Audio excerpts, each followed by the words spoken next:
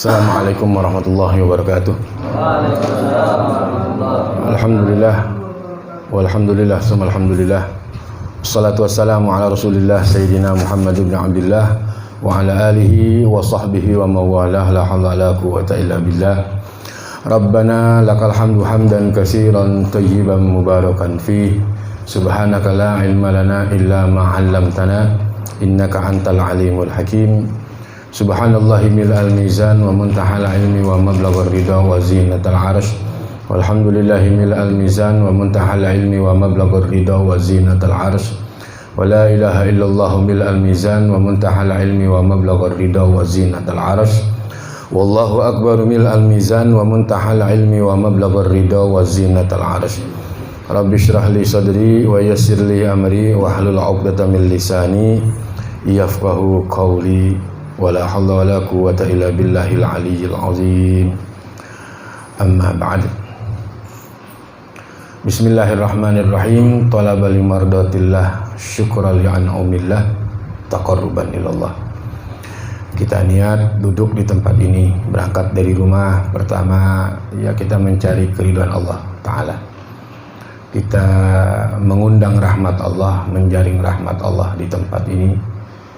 Kemudian dan bersyukur kepada Allah Ta'ala setelah melakukan aktivitas dunia, mungkin tadi dagang, kerja, bisnis, ya kita masih bisa hadir menyempatkan waktu untuk berjamaah, hadir ke taman surganya Allah yang ada di muka bumi ini dengan mendengarkan nasihat-nasihat baik itu yang datang dari firman-firman Allah, hadis-hadis Rasulullah, maupun nasihat-nasihat ulama yang ditulis oleh Hadratus Syekh Kiai Haji Hashim Asy'ari dalam kitab Adab Alim wal Muta'allim. Mudah-mudahan Allah terus menambahkan keberkahan buat kita di dalam hidup ini dan terjaga daripada fitnah dunia dan akhirat. Karena ini kita hidup sudah di zaman fitnah, Masya Allah, udah di zaman fitnah, zaman yang lebih rusak dari zaman-zaman orang terdahulu. Kita udah ada di zaman ini, dan orang yang selamat adalah orang yang ya selalu dekat dengan ulama, mendoakan perjuangan ulama. Orang yang hadir ke majelis ilmu, mendengarkan nasihat-nasihat di dalam majelis ilmu itu, dan orang yang mengikat hubung atau irtibat, mengikat dirinya dengan ulama, dengan majelis ilmu, terutama mengikat dengan sumber dari segala sumber, yaitu Rasulullah SAW. Mudah-mudahan Allah selamatkan kita, Allah turunkan rahmat, Allah bukakan pintu keberkahan, Allah sehatkan badan, Allah istiqomah, dan Allah keluarkan dunia dari tempat ini dalam keadaan membawa iman dan husnul khatimah. Dan keluarga kita juga ya Allah, mudah-mudahan Allah pelihara, Allah lindungi, ya selalu dalam pemeliharaan Allah Subhanahu wa Ta'ala. Sebelum kita kaji dua hadis yang ditulis oleh Hadratus Syekh, mari sama-sama terlebih dahulu kita bacakan suratul Fatihah kepada mu'alif atau pengarang ini kitab, Al-Alim Al-Alamah Hadratus Syekh Kiai Haji Hashim Asy'ari. Semoga kita mendapatkan manfaat, ilmu yang manfaat dan mengambil faidah dari kitab-kitab beliau, dan beliau pun terus akan dijadikan oleh Allah min akhlil khair, min ahlil jannah. Ila hadrati mu'allif hadzal kitab li hadratus syekh Kiai Haji Hashim Asy'ari wa usulihi wa furu'ihi rahimahullahu ta'ala wa nafa'na wa bi'ulumihi, wa ila hadratin nabiyil mustafa sayyidina Rasulillah Muhammad ibn Abdullah sallallahu alaihi wasallam wa ashabi wa azwaji wa zurriyati wa ahli baitil kiram. Al-Fatihah.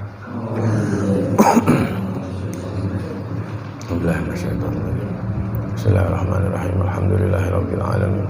Ar-Rahmanir Rahim. Maliki maliki yaumiddin. Iyyaka na'budu wa iyyaka nasta'in. Shiratal mustaqim. Shiratal ladzina an'amta 'alaihim ghairil maghdubi 'alaihim waladdallin. Amin. Bismillahirrahmanirrahim. Wa qala muallif rahimahullahu ta'ala wa nafa'na wa bi'ulumihi fid dharain amin. Bismillahirrahmanirrahim. Qala, telah bersabda Rasulullah sallallahu alaihi wasallam,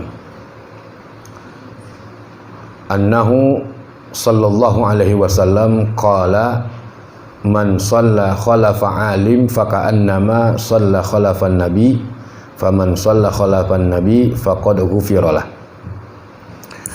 Wa fi hadisin Abi Dzarrin radhiyallahu anhu anna hudura majlisuz dzikri afdalu min salati alfi raqatin wa syuhudu alfi janazatin wa iyadatu alfi maridin. Ini dua hadis.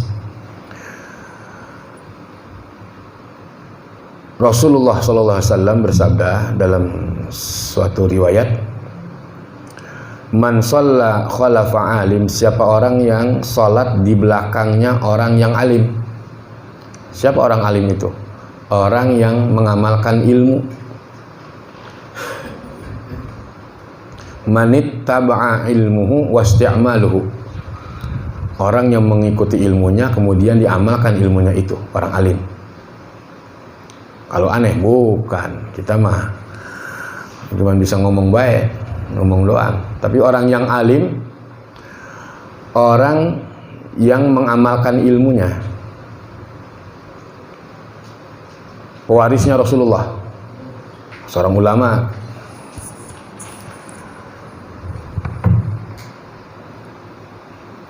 Dijelaskan kalau kita salat di belakang orang yang alim tersebut, faka'annama shalla khalafan nabi, maka seakan-akan kita salat berada di belakangnya Nabi. Tuh, enaknya bersambung dengan orang alim. Jadi kalau kita salat di belakang beliau-beliau, itu seakan-akan kita salat di belakang Nabi. Ini Nabi yang bilang, bukan saya.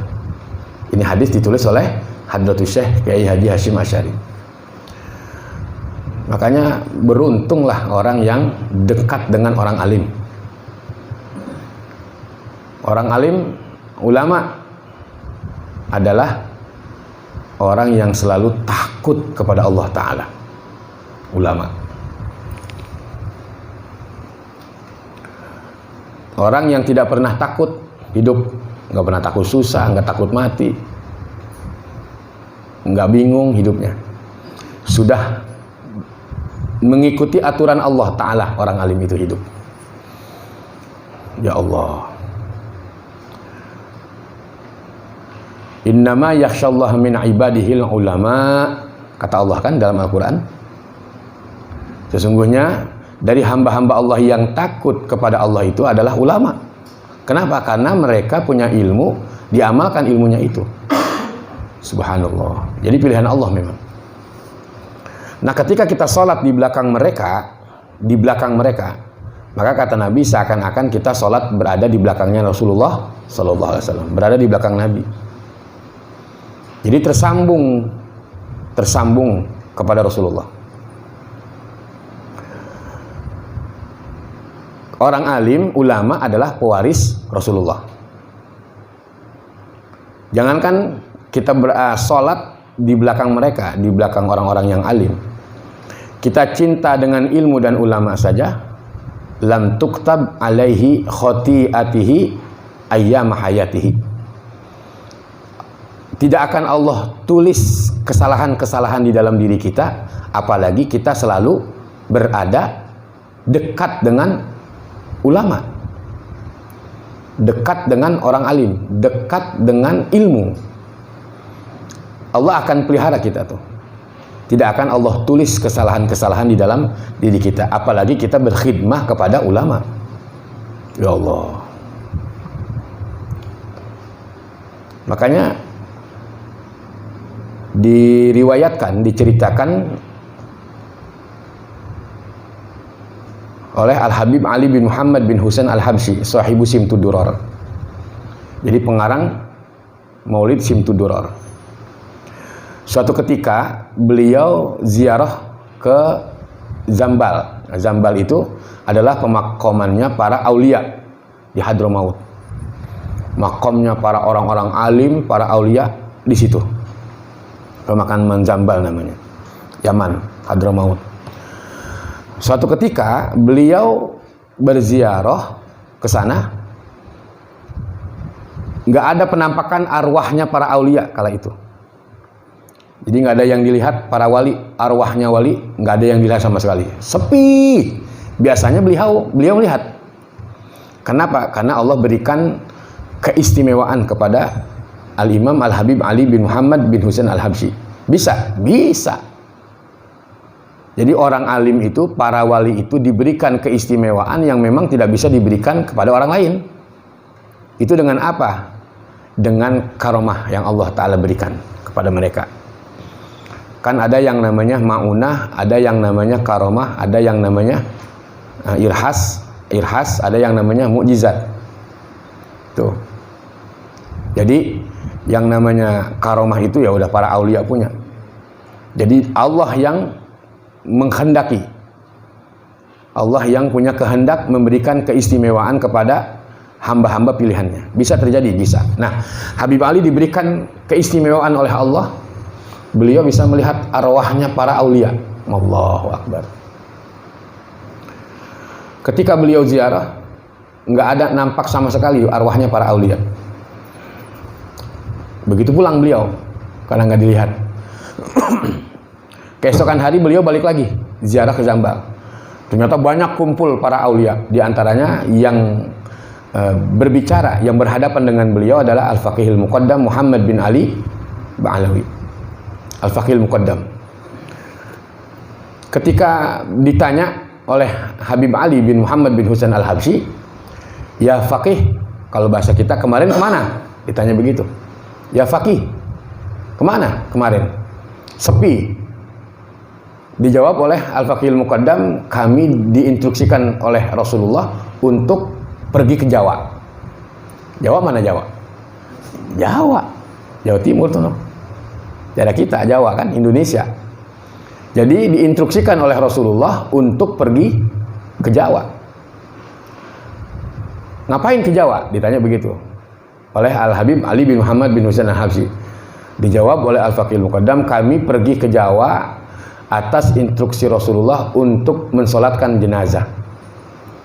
Ditanya lagi oleh Habib Ali, siapa yang disolatkan jenazah itu? Apakah habaib? Apakah ahlul bait? Apakah zuriyahnya Rasulullah? Dijawab oleh Al-Faqihil Muqaddam, bukan. Yang kami solatkan adalah bukan ahlul bait Rasulullah, bukan keturunannya Rasulullah. Tetapi yang kami solatkan adalah ahwal, orang biasa, orang Jawa asli yang kami solatkan. Kenapa sampai diinstruksikan begitu oleh Rasulullah? Ini orang Jawa, selama dia hidup, dia selalu khidmah kepada habaib yang ada di Jawa. Kita nggak sebutkan siapa namanya. Jadi ketika itu habaib dagang, habaib sibuk apa-apa, dibantu sama ahwal itu. Jadi khidmah, dia khidmah. Dia berkhidmah, itu ahwal, orang Jawa itu, kepada habaib yang ada di Jawa. Sampai begitu meninggal dunia, arwah-arwah aulia yang ada di Zambal di bawah kepemimpinan Al-Faqihil Muqaddam disuruh untuk ke Jawa mensolatkan jenazah tersebut. Orang yang berkhidmah, melayani dengan tulus kepada ahlul bait. Allahu Akbar. Tuh. Ini kan banyak sudah kisah-kisah seperti itu. Ya, orang yang memuliakan ilmu, orang yang cinta ilmu, orang yang memuliakan kepada ulama. Bagaimana cara berkhidmahnya dengan ulama? Macam-macam. Ada dengan tenaga, dengan doa, dengan finansial, ya dengan kita memberikan hadiah, ya apa saja. Banyak cara untuk berkhidmat kepada ulama. Dan berkhidmat itu harus didasari dengan ketulusan ketika berkhidmah. Dengan tulus berarti hatinya tulus ketika mengerjakan pekerjaan tersebut. Ketika berbagi, ketika dia mendoakan, yang nggak bisa ngebantu berjuang ya doain. Tuh. Ya, nggak bisa ngedoain jangan ngatain, begitu. Itu yang bahaya. Ini udah ngedoain kagak, ngatain. Ya Allah, na'udzubillah. Ya. Jadi menjaga hubungan kepada ulama, menjaga hubungan, menanamkan dengan tulus kecintaan kepada ulama. Kenapa? Karena ulama itu adalah pewaris Rasulullah Sallallahu Alaihi Wasallam. Paman sholat khalafan Nabi, siapa orang yang sholat di belakangnya Nabi, faqad ghufirolah, maka sungguh diampuni dosanya oleh Allah Ta'ala. Tuh, Allahu Akbar. Allahumma sholli wa sallim barik alaihi. Tuh. Jadi kalau nyambung terus tuh, nyambung terus. Kalau kita sholat di belakang orang alim yang memang dia mengamalkan ilmunya, orang yang takut kepada Allah, yang hidupnya hanya untuk Allah, yang dikatakan ulama-ulama akhirat. Nah, kita hormati mereka, kita cinta kepada mereka, kemudian kita sholat berada di belakang mereka, maka kata Nabi, seakan-akan kita sholat di belakang Rasulullah. Nah, siapa orang yang sholat di belakang Rasulullah, di belakang Nabi, maka diampuni dosanya oleh Allah Subhanahu wa Ta'ala. Ini satu hadis, subhanallah. Ya, beruntung kita di zaman fitnah ini, zaman yang sudah rusaknya luar biasa, fitnah di mana-mana, kejadian-kejadian kayak kemarin apa ya, orang difitnah, masya Allah, la ilaha illallah. Di zaman fitnah, orang yang nggak sakit dibilang sakit, orang yang nggak punya penyakit corona dibilang penyakit corona, divonis corona. Tuh, orang yang nggak megang senjata dia bilang megang senjata. Udah zaman fitnah. Oh, ini bahaya banget, masya Allah. Qala wa fi hadisin Abi Zarrin, dan di dalam hadis Abu Zar radhiyallahu anhu, semoga Allah Ta'ala meridai Abu Zarrin, Nabi SAW bersabda, anna hudura majlisu zikri afdalu min salati alfi rakatin.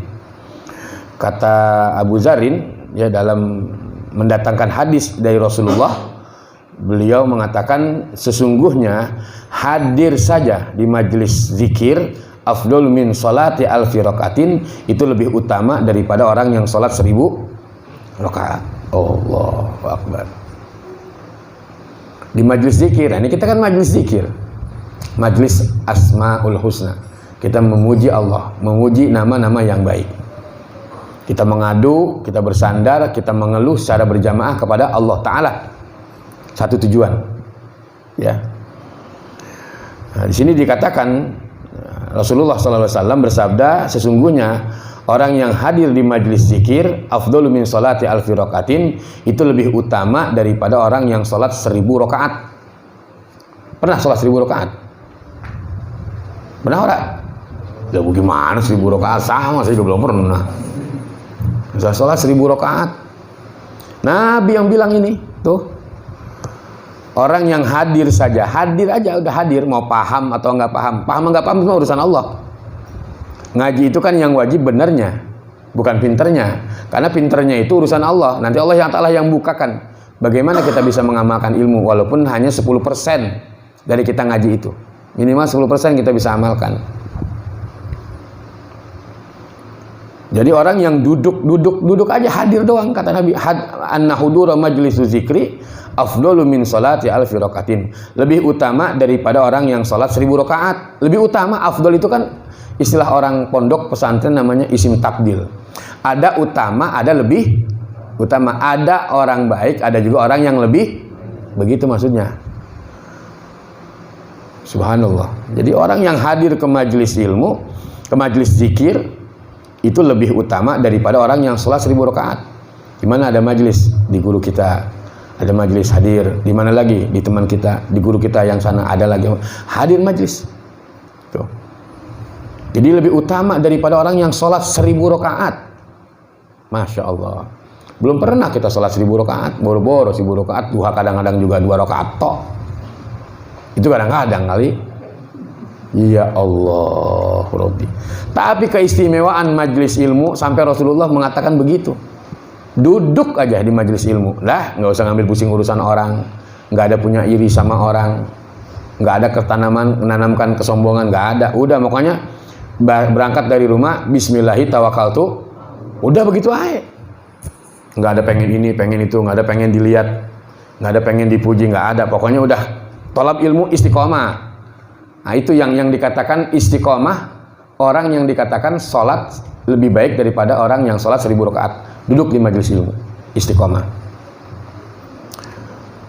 Mau nggak paham, mau paham atau nggak paham, pokoknya ngaji aja terus, istiqomah. Lebih utama daripada orang yang sholat 1000 rakaat. Ini keistimewaannya orang yang hadir ke majelis ilmu.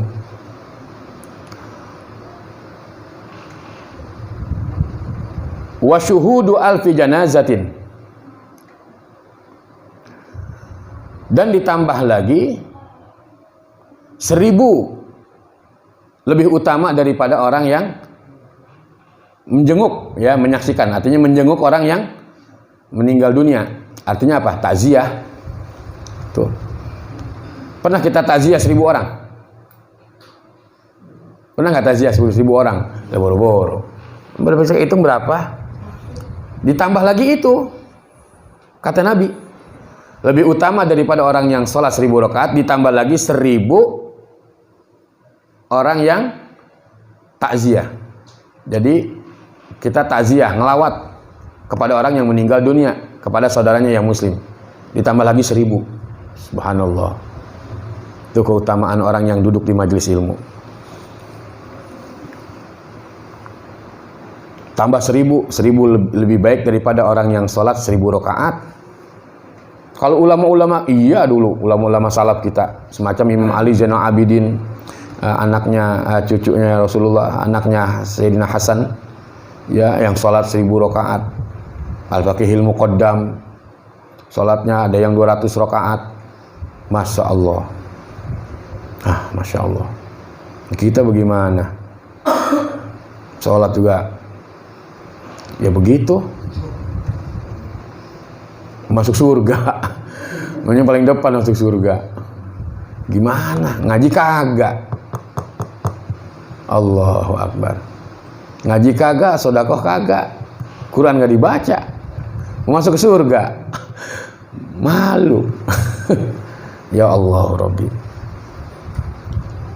Masya Allah. Ya udahlah, ini zaman fitnah. Saya bilang ini udah zaman fitnah. Kita berada di zaman fitnah. Yang selamat tuh udah yang menghubungkan dirinya dengan majelis ilmu, arafa dinallah, fajahida bilisanihi wa biqalbihi. Dia semakin mengenal Allah, kemudian dia jaga lisan dan dia jaga hatinya. Mereka lah yang akan selamat daripada fitnah dunia dan fitnah akhirat. Karena Nabi sudah mengatakan, ya mungkin kita ini termasuk salah satunya. Pagi beriman, siang udah kafir. Ini zaman fitnah, zaman yang sudah serba rusak, yang salah dibenerin, yang bener disalahin. Ini udah zamannya. Ketika udah zaman itu terjadi, yang dikhawatirkan Rasulullah, iman daripada umatku, pagi dia menyatakan iman kepada Allah, kepadaku, kepada Rasulullah, iman, begitu siang udah kafir lagi, begitu sore udah kafir lagi, sore dia beriman, pagi udah kafir lagi. Allahu Akbar. Allahu Akbar. Allah.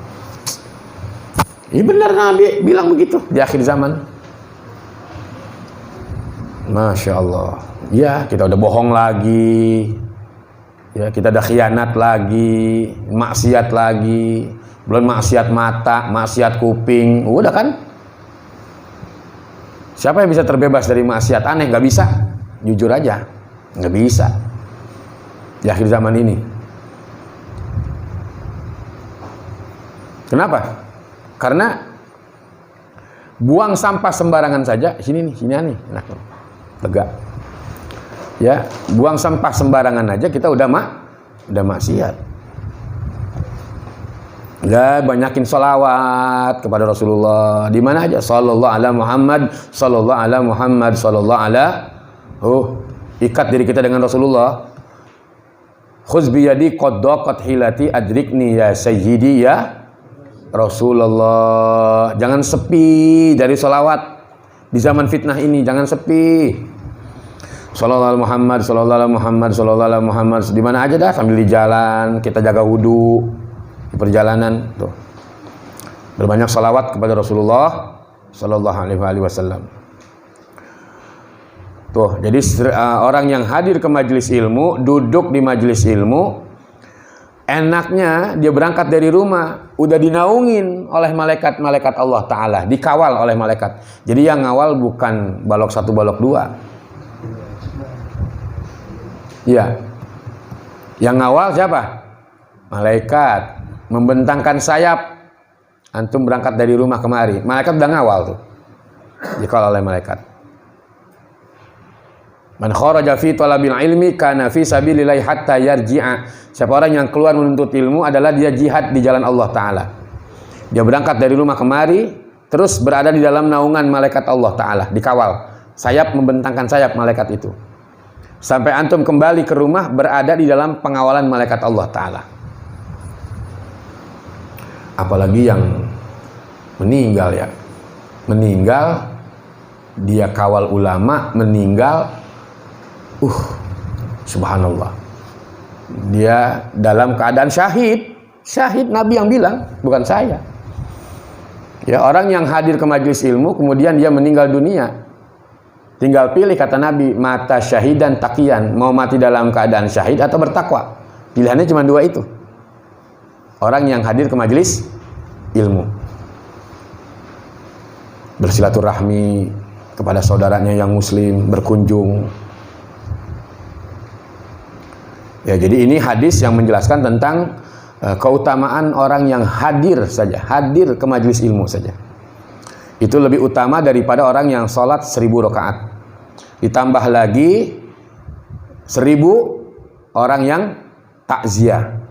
Wa syuhud wa iyadatu alfi maridin, dan ditambah lagi 1000 menjenguk orang yang sakit. 3000 udah, 1000. Tuh, nggak pernah kita ngebesuk orang sakit sampai 1000. Capek kita di rumah sakit sana, kita kunjungin, kita salamin, menjenguk satu. Ada yang begitu? Kagak bingung. Nggak begitu, hadir aja ke majelis ilmu udah. Ini janji Rasulullah kan.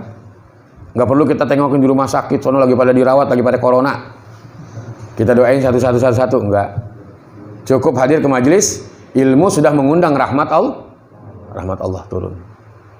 Yaitu menjaring rahmat Allah Ta'ala. Tuh nikmatnya tuh orang yang hadir ke majelis ilmu. Nah ini namanya bekal zadul akhirah.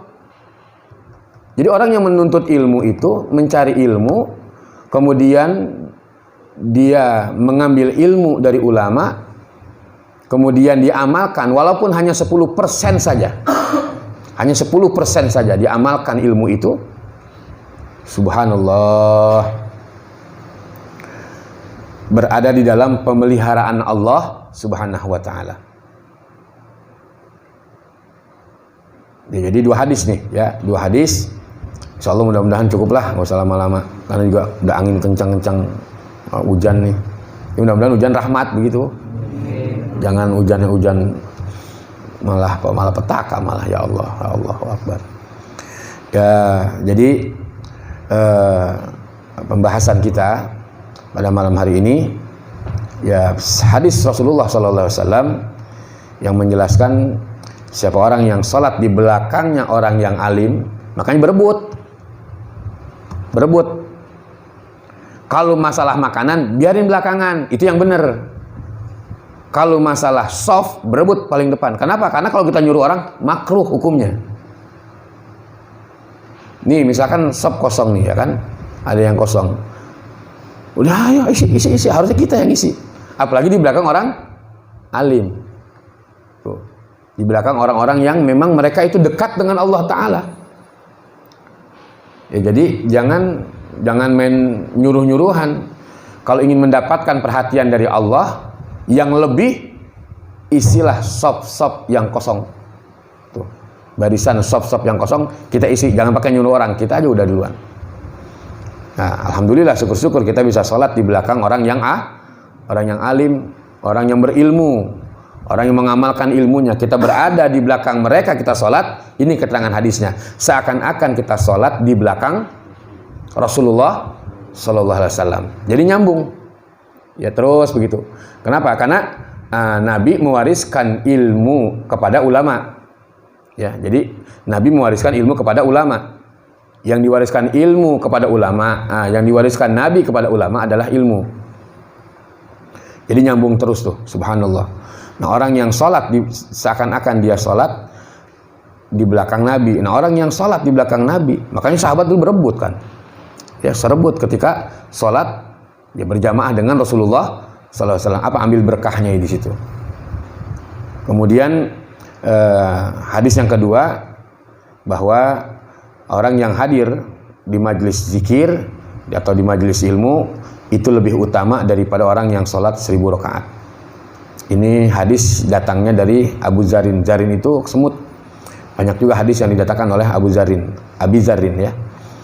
Kemudian ditambah lagi 1000 orang yang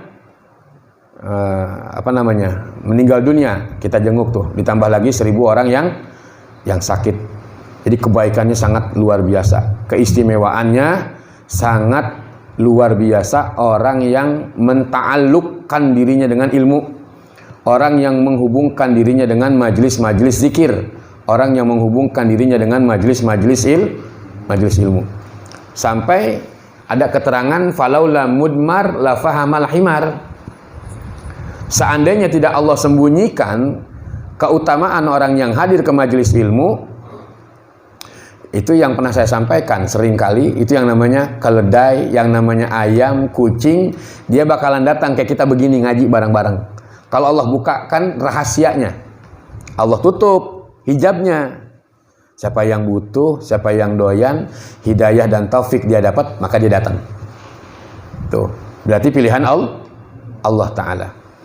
Sama seperti kuburan yang pernah saya bilang juga, kayak kuburan umum atau kober, kan begitu. Ya, di situ kan banyak orang yang dikuburin. Kalau Allah bukakan hijabnya, nggak enak makan, nggak enak tidur kita. Kenapa? Ada yang lagi disiksa, ada yang lagi ditaruhkan bara api, ada yang lagi dipukulin mendem 70 hasta ke bawah. Tiap hari oleh malaikat Zabaniyah, orang yang tidak mengerjakan sholat 5 waktu. Siksaan di alam kubur mendapatkan 15 siksaan. Di antaranya adalah salah satunya dipukul mendem 70 hasta ke bawah. Tarik lagi, mendem lagi, tarik lagi. Itu kalau Allah bukakan hijabnya, bagaimana kita? Kedengeran? Masya Allah. Nabi dengar. Nabi itu diberikan keistimewaan oleh Allah Ta'ala. Bisa mendengarkan orang yang tersiksa di alam kubur. Khusus Rasulullah Sallallahu Alaihi Wasallam. Termasuk binatang-binatang pun diberikan itu. Allahu Akbar. Ya kalau kita misalkan dibukakan bagaimana? Ya kalau yang kita ziarahin di alam kubur lagi disiksa, kita assalamualaikum ya daraqaumil mu'minina wal mu'minat, dijawab bareng-bareng. Gimana? Waalaikumsalam warahmatullahi. Gimana, kabur lagi kira-kira kita? Ya kabur. Allah tutup, mereka jawab. Nabi yang ngajarkan itu kan. Ada yang dikhitabkan, ada yang diajak bicara. Siapa yang diajak bicara? Penghuni ahli kubur. Ada penghuni ahli kubur itu. Kita bakalan ngalamin. Kita bakalan ngalamin di alam kubur. Alam kubur kita nanti bagaimana? Apakah menjadi raudhah, apakah menjadi taman, ataukah menjadi hufrah, atau menjadi lobang? Bakalan ngalamin itu. Kan kita mestinya merenung dari sekarang ini. Mati bawa apa kita? Bekal apa kita? Jadi seakan-akan dunia ini sekarang nyata, akhirat cerita. Ya di akhir zaman ini, zaman yang serba fitnah ini, banyak orang menganggap bahwa dunia ini sesuatu yang nyata. Padahal hanya cerita. Yang nyata alam akhirat, jelas itu. Orang yang beruntung, orang yang menjadikan dunia sebagai cerita, akhirat sesuatu yang nyata, itu yang akan beruntung. Insyaallah seperti itu. Itu yang dikatakan alamatus sa'adah, ada alamatus syaqawah. Ada tanda-tanda orang yang bahagia. Siapa mereka? Orang yang menjadikan dunia hanya sekedarnya saja, numpang lewat saja, atau seperti orang asing saja dunia itu, transit. Bekalnya apa sih? Ngaji, zikir, sedekah, berbagi, nyenengin orang, memberikan manfaat buat orang. Itu kan bekalnya tuh. Sesuatu yang nyata buat kesana kita, ke akhirat. Ini kebalik. Jadi dunia sesuatu yang nyata, akhirat hanya cerita. Ya say hello aja udah akhirat. Say hello. Ngaji aja doang, bentaran doang. Besok ya ntar begitu aja lagi. Tuh. Sholat sunnah kagak, ya kan? Berbagi kagak, baca Quran kagak. Coba. Allahu Akbar. Ya inilah, mudah-mudahan bisa berbenah kitanya.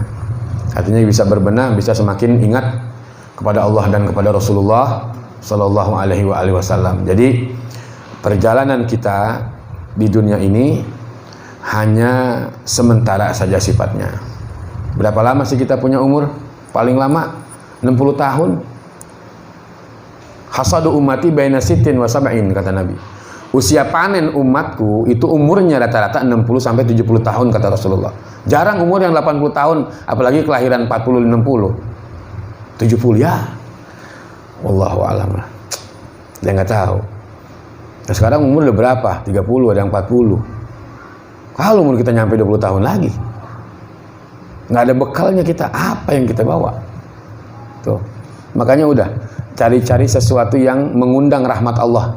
Ada di tempat itu, udah. Ada di mana tuh? Ada di kucing, ada di ayam, berbagi, memperhatikan orang, menggirangin orang, memberikan kegembiraan kepada orang lain, dekat dengan ulama, subhanallah. Atau membaca karya-karyanya ulama. Apa tuh? Tahlil, itu kan karyanya ulama. Rotib, karyanya ulama. Apalagi?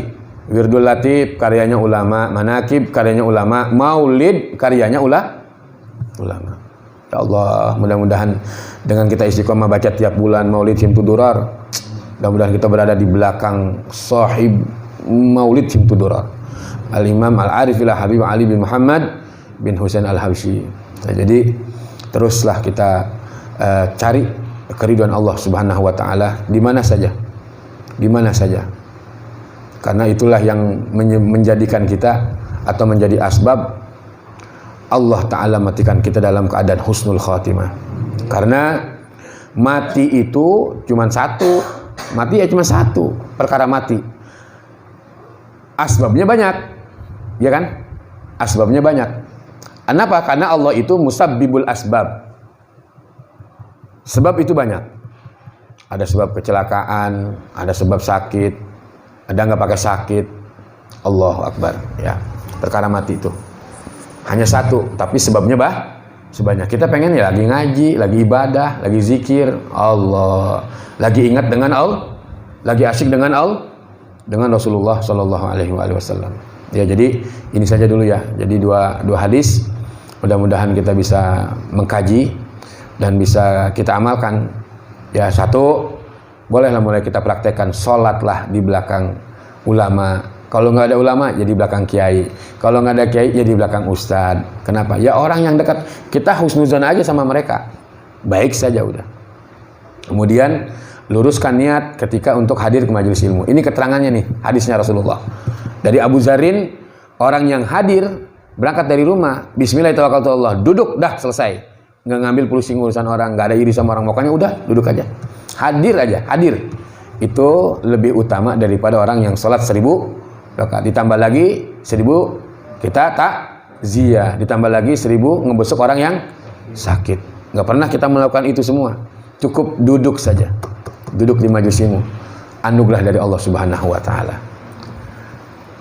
Wa qala Umar bin Al-Khattab radhiyallahu anhu anna rajulan yakhruj min manzilihi wa alaihi min az-zunubi misal jabali tihamah wallahu a'lam bisawab.